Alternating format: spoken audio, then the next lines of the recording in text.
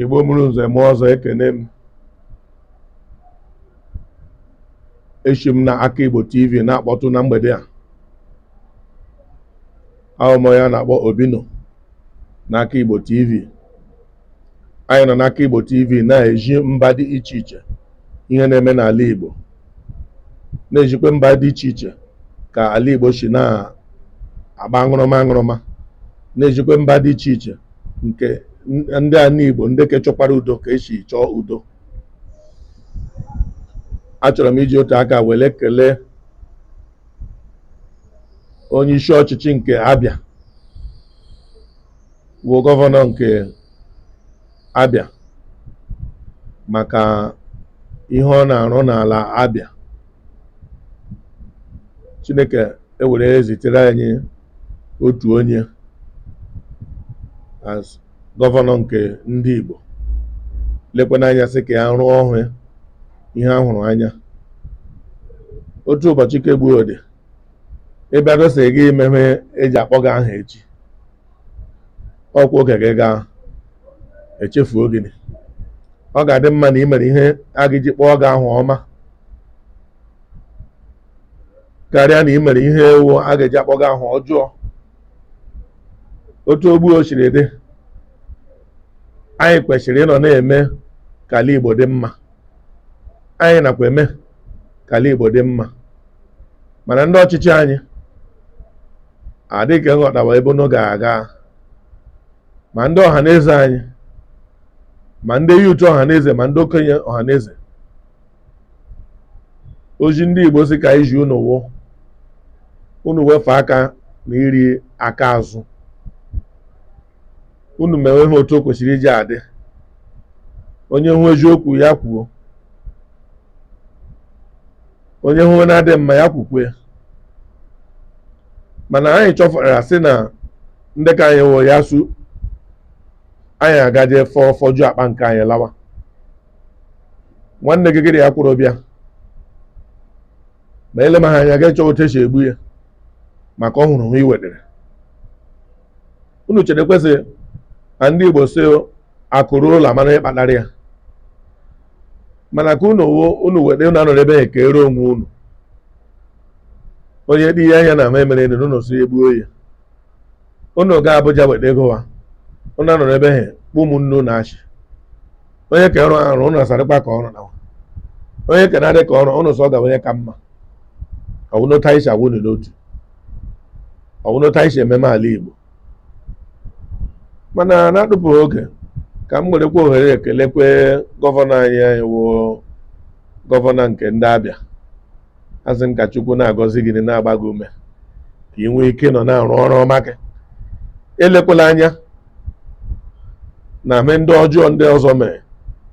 Agara ha eche kpọbata gị ka ị bịa nọrọ n'otu ha ka ị ghọkwa onye aga m evu dịka ha. Chere kwesị n'afọ ole na ole gara aga, Ogonoge nọ n'Imo, Desa Mbakwe chịrị Imo.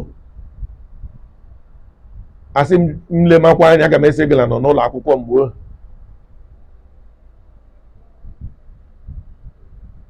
ma taa agala kpọwa ha Desa Mbakwe.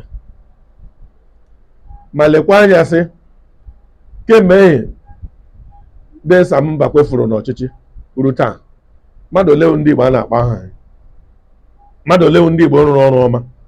Icherekwere na a nara asọwụ gọvanọ rere ebe akwa.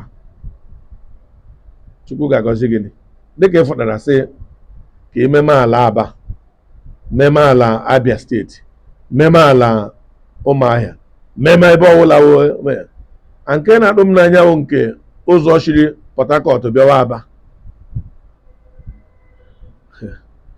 Onye na-agabele ebe kemgbe afọ 4 na 5 na 6 na 7 gara aga amatabele ha ememe n'obodo. Ụzọ ka ewu ụzọ ọnwụ, ndụ adịghị ya, mana ịbịakwala sị ka ị rụọ ya. Chukwu ga-agọzi gị. Achọkwa m ikele gị na nchọpụta ịchọpụtara nke ọhụụ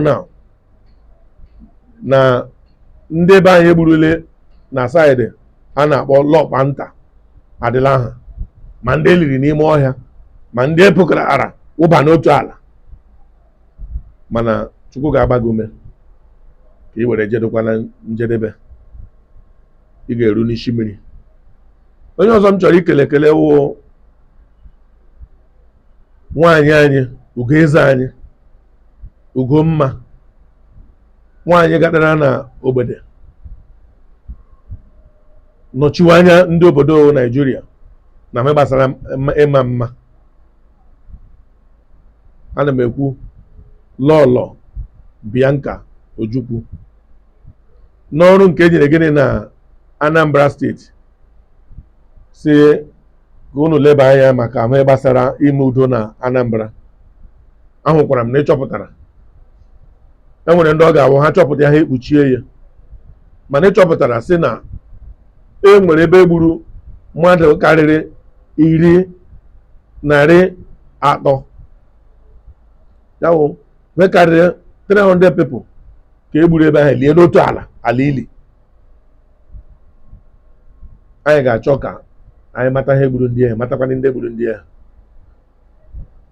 N'ala Imo, n'ala Abia, n'ala ala Igbo, ma ụmụ nwoke ụmụ nwaanyị onye ọla gara n'ọsọ. Onye ahụ na-asị ma ọ wụghị onye nke a sụ na onye nke akpọ ya otu ahụ egbuo, ọ akpọ ya ahụ ọzọ egbuo. Anyị gbuchicha ndị ga-echi anyị n'afọ ole ole ga-ebịa, oge ka anyị aga ndị nne gị nọ unu hụkwoto ndugwu Awụsa ji emewe wee na-eme ebe ekwuo ndị gọvanọ ha na ndị ọchịchị ha eze egbule ka anyị hụ unu ga-ebe hụ na-ekwenye nkwasị unu gị mụnụ ji abara n'ọchịchị gbuchie anụ ụmụnne unu gbuchie ahịa ka unu agachi ole ndị ọwụnụ gbuchie ehi oke ọnwụ unu ji arụ nwa na mọsk ebe lebodo gagara bụ na na-arụ na mọsk, ọwụnụ ga-agbuchie ehi unu na-agachi ya. A sị na egbuo dịka ụlọ sadịghị onye ọwụ, mana ọgụ ama abịa echere dịka ụlọ pụdị egbuo ya gị gbuo ya taa ọgụ si n'ama bịa echi ga-achọwa adịdị onye gakwa ịhụrụ gị fụnanị.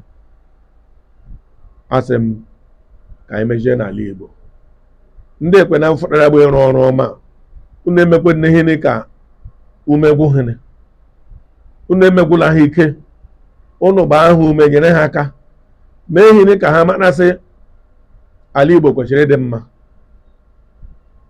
Onye ihe na nwanne ya esewe okwu, onye ihe na nwanne ya kowe okwu dịka otu anyị si asụ n'ebe anyị, gị na nwanne gị na-eko okwu, mmadụ abịa sị ka ememe unu ka biko weta ka unu dị na mma, enwe eji akala anyị eme, amaghị chọrọ ka udo chi ya. Otu esi emewe ntuli aka elu ogbu a dụọrọ onye unu mechie asọ dịla mma. Onye ka ndị ka Anambra eme ya dị mma, ndị ka Imo eme ya dị mma, ndị ka Abia eme ya dị mma, ewefuta Igbo ụzọ gbuo obodo adịkwa mma. Amaghị nọ n'aka Igbo TV ewu anyị hụ nke ọma ya bịa kwuo, anyị kwa nke ọjọọ anyị ekwukwe. Udo dịrị unu na ndị kwere ka obodo ala Igbo dị mma, ka udo chi ya na